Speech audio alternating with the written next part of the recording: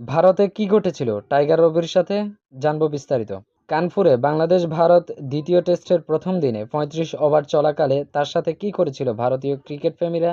বাংলাদেশ দল ভারতে যাওয়ার আগ থেকে কানপুর টেস্ট ছিল আশঙ্কার চাদরে মোড়ানো। বাংলাদেশ ক্রিকেট ভক্ত হলে ব্যাপারটি আপনার জানা থাকার কথা, না জানা থাকলে তাদের জন্য বলা হচ্ছে। কানপুর টেস্ট ফান্ডু করে দেওয়ার জন্য হুমকি ছিল অখিল ভারতীয় হিন্দু মহাসভার। শেখ হাসিনা সরকার পতনের পর বাংলাদেশে হিন্দুদের উপর আক্রমণ ও নৃশংসতার গুজবে ভারতীয় এই ধর্মীয় সংগঠন কানপুরে দ্বিতীয় টেস্ট ও প্রথম টি-20 ম্যাচ বাতিলের আহ্বান জানিয়েছিল। তখন থেকে সংশয়ের কাঁটাতারে আটকে যায় কানপুর টেস্ট। তবে ভারতীয় ক্রিকেট বোর্ড বিসিসিআই আশ্বস্ত করেছিল কানপুরেই হবে সিরিজের দ্বিতীয় টেস্ট। এজন্য বাংলাদেশ দলকে ৩ স্তরে নিরাপত্তা দেওয়ার কথা ছিল ভারত সরকারের। সূচি অনুযায়ী কোনো বাধা ছাড়াই শুরু হয়েছিল কানপুর দ্বিতীয় টেস্ট। তবুও নিরাপত্তার প্রশ্ন এড়াতে পারল না বিসিসিআই ও উত্তরপ্রদেশ পুলিশ। বাংলাদেশ ক্রিকেটের অন্যতম সমর্থক রবিউল ইসলাম রবি, যাকে সবাই টাইগার রবি নামে চেনেন, কানপুর টেস্টের প্রথম দিনে ভারতীয়দের বিরুদ্ধে মারধরের অভিযোগ তুলেন এই বাংলাদেশি সমর্থক। রবির দাবি, গ্যালারিতে ১৫ জন ভারতীয় সমর্থক তাকে লাঞ্ছিত এবং মারধর করে। যদিও উত্তরপ্রদেশের পুলিশের দাবি এটা কোনো প্রকারের লাঞ্ছনার শিকার নয়, এটা বরং ভিত্তিহীন এবং ভুয়া। প্রশ্নটা এখানেই থেকে যায়, তাহলে কার দাবি সঠিক? রবি কি মিথ্যা বলছে নাকি পুলিশ মিথ্যা বলছে?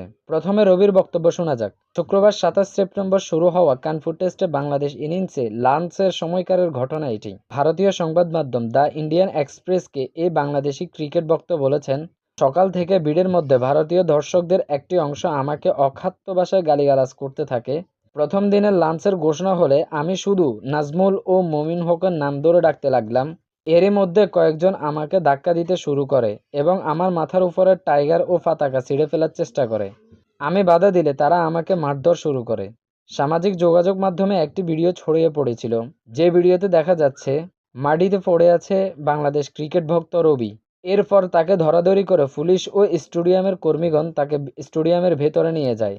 সেখান থেকে তাকে হাসপাতালে ভর্তি করা হয়। এখন টাইগার ভক্ত রবি অনেকটা ভালো আছেন, কিন্তু তার অভিযোগ আগের অবস্থানেই আছে। হাসপাতাল থেকে ফেসবুকে এক ভিডিও বার্তার মাধ্যমে এই ক্রিকেট ভক্ত ঘটনার বর্ণনা দিয়েছেন এভাবে, আমি স্টেডিয়ামে ২ নম্বর গেটের নিচ দিয়ে নামছিলাম। এ সময় একজন আমার পেছন থেকে পিঠে ঘুষি দেয়। আমি মাটিতে পড়ে যাই এবং সংবাদ মাধ্যম আমার আঘাত পাওয়াকে গুজব বলেছে। এটা সত্য নয়। ইন্ডিয়ান এক্সপ্রেস রবির ঘটনার বর্ণনা যেভাবে দিয়েছে, ফেসবুক ভিডিও বার্তায় সেটি ভিন্ন। তবে ভারতীয় সমর্থক তার গায়ে হাত তুলেছে এই দাবিতে সে অটুট। কিন্তু উত্তরপ্রদেশের পুলিশ বলছে মারধরের কোনো ঘটনাই নাকি ঘটেনি কানপুর টেস্টের প্রথম দিনে।